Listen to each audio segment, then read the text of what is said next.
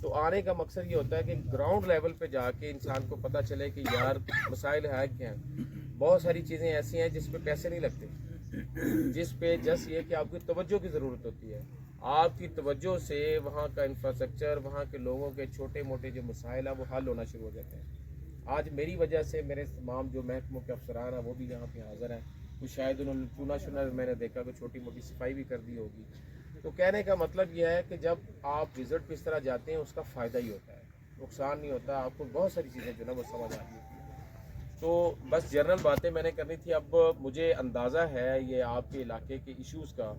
یہاں پہ جابس کے حوالے لوگوں کی بڑی زیادہ ڈیمانڈ ہے کہ جاب لوگوں کو چونکہ لائیولیہوڈ جو ہے یہ CRBC آپ کی گزر رہی ہے، اس سائڈ پہ فصلیں بہت اچھی نظر آ رہی ہیں اور اس سائڈ پہ فصلیں کم ہیں، شاید پانی ادھر نہیں آتا.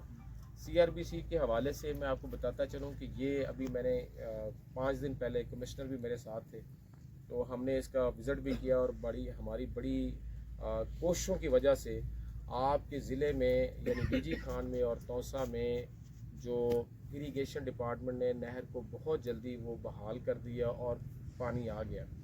CRBC کا ایک پرابلم ہے کہ یہ وابڈا کے پاس ہے اور اس میں جو ہمارے پاس اس کے 30 پوائنٹس ہیں. آپ کے ترمن سے جہاں سے یہ انٹر ہوتا ہے آپ کے ادھر ہمارے توسا میں، وہاں سے لے کر اس کے جو 30 بریچز تھے وہ ہم نے سارے کے سارے کروا دیے. یعنی اور لیٹر بھی لکھا ہوا ہے، فون بھی کیا ہے وابڈا کے. میں نے جا کے میٹنگ بھی وہاں پہ وابڈا ہاؤس میں 1-2 مجھے بلایا گیا، میں نے میٹنگ بھی لیا.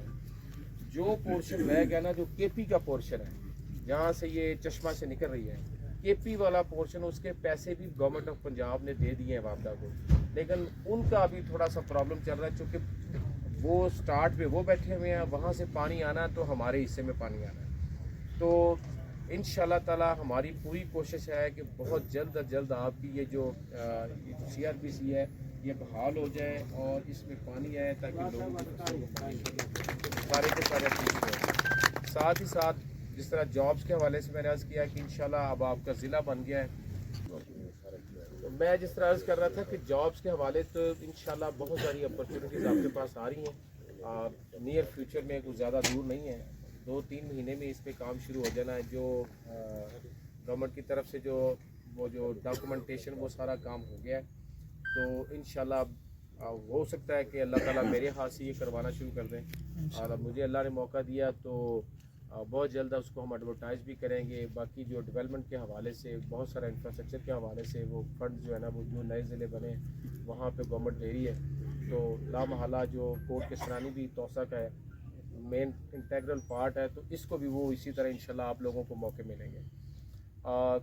ساتھ ہی ساتھ یہاں پہ جو ایک ہماری جنرل سی کمپلینٹس ہوتی ہیں کہ یہاں پہ صفائی کے حوالے سے وہ آج ضلع کونسل کے افسران کو بھی میں نے کہا تھا کہ یہاں پہنچے. اس میں یہ مجھے بتایا مختار یہ ہمارا MC میں آتا ہے یا ضلع کونسل میں آتا ہے؟ ضلع کونسل میں. تو ضلع کونسل میں آپ کو انشور کرتے ہیں کہ یہاں پہ کم از کم 5 سینیٹری ورکر جو ہے نا وہ ہم آپ کو اسپیشل رکھ کے دیتے ہیں. اب وہ سینیٹری ورکر جو ہیں وہ صفائی کیا کریں کیونکہ اس کا ایڈمنسٹریٹر بھی میرے پاس ہی ہے، میں ہی ہوں. تو اس میں 5 سینیٹری ورکر ہم آپ کو رکھ کے دیں گے جو ضلع کونسل پے کرے گی. اور صفائی جو ہے وہ ہم یہاں پہ ایک چھوٹی سی کمیٹی بنا دیں گے تاکہ لوگ جو ہے نا وہ ہمیں اس کی انفارمیشن بھی ملتی رہے یہاں پہ صفائی کریں. باقی بڑے جو ٹاؤن ہے اس طرح وہاں پہ ہم نے اسی طرح میک شفٹ ارینجمنٹ کیا ہوا ہے. شاید گورنمنٹ کی آگے کوئی الیکشن ویکشن ہو جائے تو اس میں کوئی پالیسی آ جائے جو بڑے ٹاؤنز ان کو صاف کرنے کے لیے گاہے بگاہے ہم کوشش کریں گے کہ جو ہماری MC توسا ہے اس کا سٹاف جس طرح ہوتا ہے کہ یہ ایون یقین کریں کہ کارپوریشن ہمارے پاس DG خان میں ہے تو جس دن میرا وزٹ ہوتا ہے صبح 6:30-7 بجے تو کم از کم 4 یونین کونسل کا ہم رکھتے ہیں. تو وہ 4 یونین کونسل ایک ہفتے میں بڑی شیشے کی طرح ہو جاتے ہیں. تو یہ مسائل ہیں تو ہم کوشش کیا کریں گے کہ ان کو میں نے لاسٹ ٹائم بھی ہدایت کی تھی کہ مہینے میں یا کم از کم مہینے میں 2 دفعہ آپ کے جو کوٹ کسرانی ہے اس کی گلیاں اور نالیاں ساری صاف ہو جائیں اور اس کو اچھی طرح مطلب ایک دفعہ اچھی صفائی ہو جائے. باقی جو 5 لوگ ہیں وہ آپ کے ہاں صفائی کرتے رہیں گے تو آپ کی گلیاں بہتر رہیں گی. اس کے ساتھ ساتھ کوئی مجھے جو بتایا گیا ہے کہ گلیاں اور سولنگ چھوٹے موٹے ایشوز ہیں وہ ہماری ضلع کونسل کی ٹیم ہے یہ 1-2 دن میں یہاں پہ وہ اپنا سروے کر لیتے ہیں. تو انشاءاللہ پوری کوشش ہوگی کہ جو ممکن ہو سکتا ہے اس میں انشاءاللہ ہم اس کا ٹینڈر بھی بھروائیں گے تاکہ جو گلیاں اور جو سولنگ چھوٹی موٹی ضرورت ہے وہ ہم اس کو پورا کروا سکیں. تو باقی آپ کے بہت سارے ایشوز تو لوگوں کے بہت سارے ہوں گے. میں نے خود سے اس لیے پہلے تھوڑی سی گزارشات کرنا چاہ رہا تھا کہ جنرل باتیں میں کر لیتا ہوں, باقی کسی کا انڈیویجول مسئلہ ہو, ریونیو سے ریلیٹڈ مسئلہ ہو یا ویسے کوئی دوسرا مسئلہ ہو تو آپ ہمیں انڈیویجول اپلیکیشن دے سکتے ہیں.